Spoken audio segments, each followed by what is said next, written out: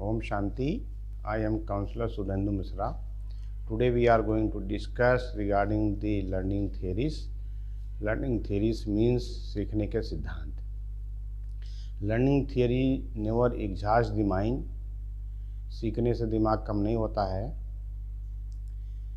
Before, for the things we have to learn before we can do them.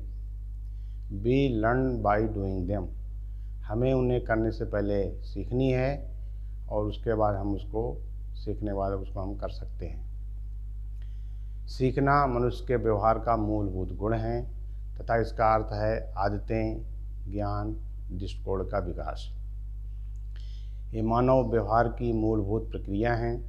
जिस भाषा में हम बोलते हैं, हमारे रीति रिवाज, हमारी आदतें, हमारा लक्ष्य, हमारे व्यक्तित्व की विशेषताएं, संयोजन, कुसंयोजन, इन सब में इसमें सीखने की महत्वपूर्ण भूमिका होती है. व्यवहार में अपेक्षाकृत ज्ञान, इन सब में इसके सीखने की महत्वपूर्ण विशेषताएं होती हैं. व्यवहार में अपेक्षाकृत स्थायी परिवर्तन को सीखना कहा जाता है, जो अभ्यास या अनुभव के द्वारा प्राप्त होता है. इस अभ्यास में 3 प्रकार के महत्वपूर्ण तत्व होते हैं, जो इस प्रकार हैं. सीखना, परिवर्तन. सीखना व्यवहार में परिवर्तन है.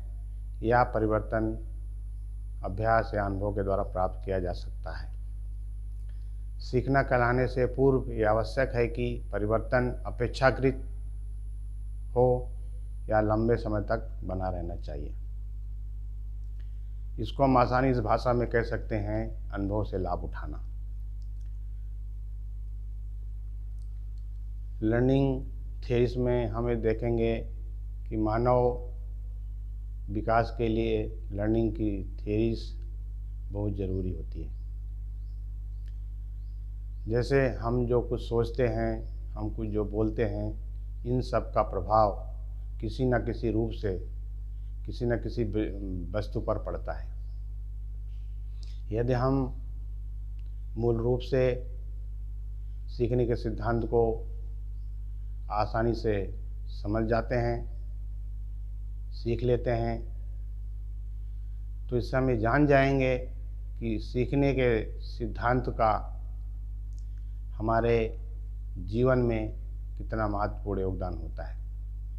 और सीखने के सिद्धांत को जानने के बाद हमें जान जाते हैं कि सीखने का महत्वपूर्ण बहुत योगदान इस प्रिंसिपल में होता है.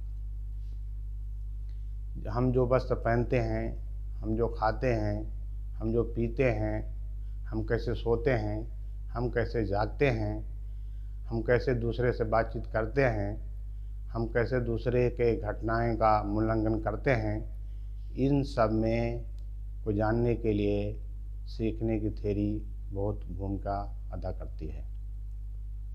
यदि हम सीखने के सिद्धांत को अच्छी तरह से समझ सकते हैं तो हम किसी के भी व्यवहार के परिवर्तन करने में आसानी से उसका प्रयोग कर सकते हैं. अभी हम इसके मूलभूत सिद्धांत के बारे में जानेंगे. व्यवहार को परिवर्तन करने के लिए प्रारंभिक सिद्धांत.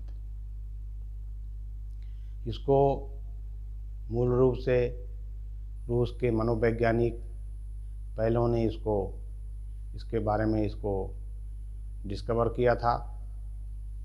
ये उसके फादर हैं. उन्होंने 2 प्रेरक को लिया, एक सतर्क प्रेरक और एक बिना सतर्क प्रेरक. सतर्क प्रेरक को बिना सतर्क प्रेरक के साथ जोड़ दिया. इसको प्राकृतिक नियंत्रण कहा जाता है. जब हम पहलों ने सतर्क प्रेरक को बिना सतर्क प्रेरक के साथ बार बार उपस्थित करने से व्यक्ति के अंदर जो प्रतिक्रिया बिना सतर्क प्रेरक के प्रति होती है, वही प्रतिक्रिया व्यक्ति की बिना सतर्क प्रेरक के लिए होती है. अभी हम आगे जो है लर्निंग थियरीज के आगे हम आगे चलते हैं, उसमें हम ये देखेंगे सीखने के कारक, फैक्टर्स इन लर्निंग। गलतियों को ठीक करना अथवा संबंधों को पहचानना सीखने का एक प्रमुख कारक है।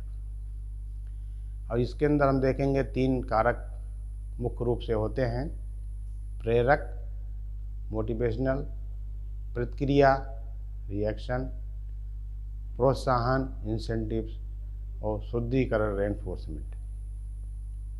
एक व्यक्ति को सीख हम प्रेरक पर निर्भर करता है या निर्धारित करता है।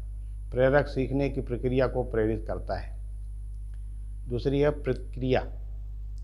प्रतिक्रिया अर्थात परिणाम को निश्चित करना। और प्रोत्साहन, प्रोत्साहन एक महत्वपूर्ण कारक होता है जो सीखने के लिए बहुत ज़रूरी होता है। सीखने वाले को प्रोत्साहन देना बहुत ज़रूरी होता है। फिर आता है शुद्धिकरण।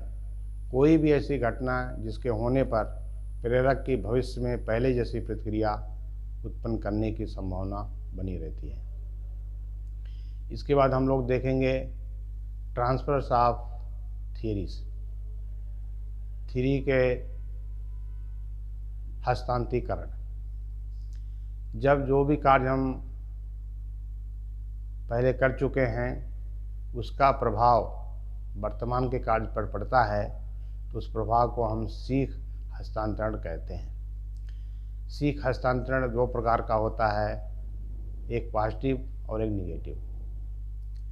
जो कार्य हम सीख चुके हैं और उसका दूसरे कार्य पर आसानी से कार्य करने में आसान हो जाता है, उसको हम सकारात्मक हस्तांतरण कहते हैं।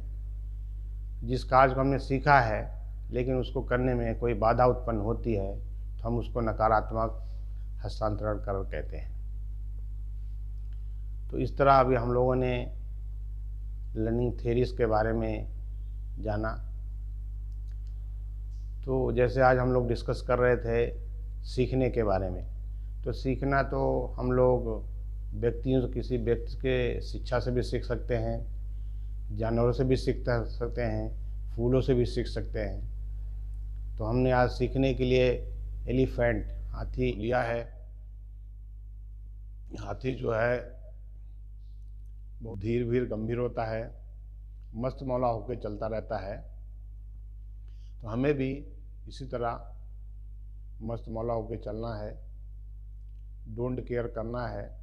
हमारे पीछे कितने भी कोई भी कमेंट्स पास करते हैं, कठिनाई खड़ी करते हैं, हमारे रुकावट पैदा करते हैं, लेकिन हमें फिर भी अपनी परिस्थितियों को ना देखते हुए, डोंट केयर करते हुए हमें मस्त मौला बन करके आगे की तरफ हमें अग्रसर होना चाहिए, तभी हम अपने मंजिल पर पहुंच सकते हैं।